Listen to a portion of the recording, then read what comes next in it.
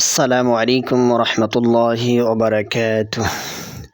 আশা করি যে যেখান থেকে শুনছেন সকলে ভালো আছেন। আমি আলহামদুলিল্লাহ আপনাদের দোয়ায় ভালো আছি। অনেক দিন পর দীর্ঘ ব্যস্ততার সময় কাটিয়ে উঠে আবারও আপনাদের সামনে হাজির হতে পেরেছি। এই জন্য মহান আল্লাহ সুবহানাহু ওয়া তাআলার দরবারে কৃতজ্ঞতা জ্ঞাপন করছি আলহামদুলিল্লাহ। আবারও নতুন করে আপনাদের সামনে ভিডিও দেওয়ার ইচ্ছা পোষণ করেছি। তো আজকে সর্বপ্রথম যে ভিডিও দিয়ে আপনাদের খেদমত শুরু করব সেটি হচ্ছে, বর্তমানে দেখা যাচ্ছে বাচ্চাদের হাম রোগের প্রাদুর্ভাব খুব বেড়ে গিয়েছে। তো এই হাম রোগ থেকে মুক্তির জন্য, পরিত্রাণের জন্য আমরা কি আমল করতে পারি, কি দোয়া পড়তে পারি? তার আগে সকলের প্রতি বিনীত অনুরোধ থাকবে, যারা চ্যানেলটি এখনও সাবস্ক্রাইব করেননি দয়া করে তারা চ্যানেলটিকে সাবস্ক্রাইব করে দিয়ে বেল আইকনটিকে বাজিয়ে রাখবেন, যাতে করে নতুন নতুন সকল ভিডিওগুলি আপনাদের কাছে পৌঁছে যায়। তাহলে দেরি না করে শুরু করা যাক। বর্তমানে বাচ্চাদের যে হাম রোগ দেখা দিয়েছে, এই হাম রোগ সহ আরও অন্যান্য রোগ থেকে পরিত্রাণ পাওয়ার জন্য সুনানে আবু দাউদের 1554 নম্বর হাদিস রয়েছে। হযরত আনাস ইবনে মালিক রাদিয়াল্লাহু তাআলা থেকে বর্ণিত, রাসূলুল্লাহ সাল্লাল্লাহু আলাইহি ওয়াসাল্লাম দোয়া করে বলতেন, আল্লাহুম্মা ইন্নী আউযু বিকা মিনাল বারাসি ওয়াল জুনুনি ওয়াল জুযাম ওয়া মিন সাইয়্যিল আসকাম।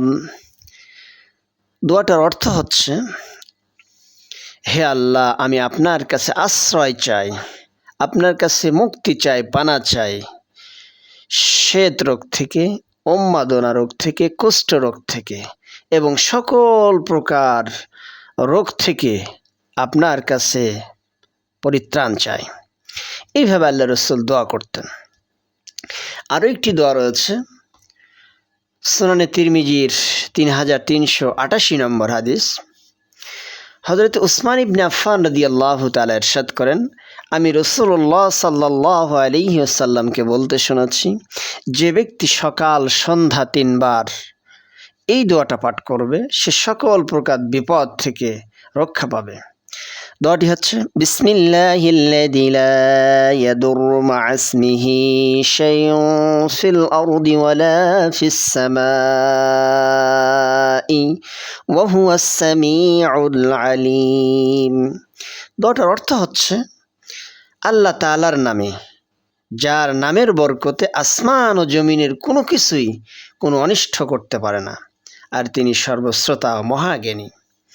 আশা করা যায় আমরা যদি এই দুইটি দোয়া আমল করি এবং প্রথমের যেই দোয়া, এই দোয়াটি পড়ে বাচ্চাকে ফু দেব, এবং দ্বিতীয় যে দোয়াটি বললাম এই দোয়াটি পড়েও বাচ্চাকে যদি আমরা ফু দেই, তাহলে আল্লাহ রাব্বুল আলামিন আমাদের সন্তানদেরকে, আমাদের শিশু বাচ্চাদেরকে হামসহ আরও সকল প্রকার রোগ থেকে আল্লাহ রাব্বুল আলামিন নিরাপদ রাখবেন।